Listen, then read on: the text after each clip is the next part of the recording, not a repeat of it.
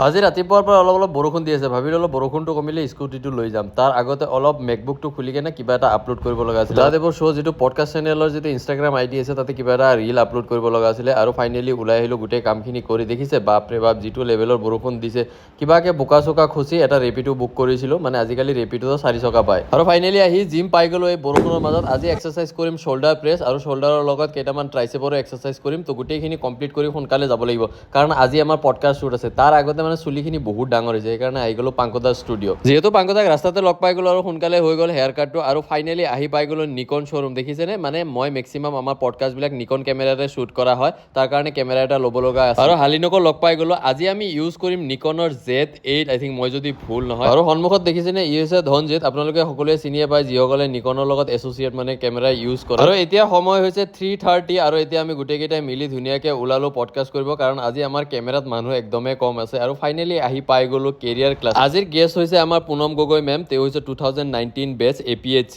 10th rank holder আছিলে। আৰু finally পডকাষ্টটো start হৈ গ'ল পুনম গগৈ মেমৰ সৈতে। আৰু এইটো পডকাষ্ট অতি সোনকালে আহি আছে, আপোনালোকে চাব পাৰে। এতিয়ালৈকে যদি ফ'ল' কৰা নাই, দাদেৱৰ শ্ব' গৈ কেনে ফ'ল' কৰিব পাৰে। খুব ধুনীয়াকৈ পডকাষ্টটো শেষ হোৱাৰ পিছত খুব মৰমত দেখিছে চাহ লৈ আহিছে, ইমান ধুনীয়া টিকিলো কাপ, এইফালে পিঠা, এইবিলাক কিবা কিবি আৰু বহুত কিবা কিবি। নেক্সট ব্লগত অতি সোনকালে লগ পাইছে। আজিৰ কাৰণে এইখিনিয়ে, বাই বাই।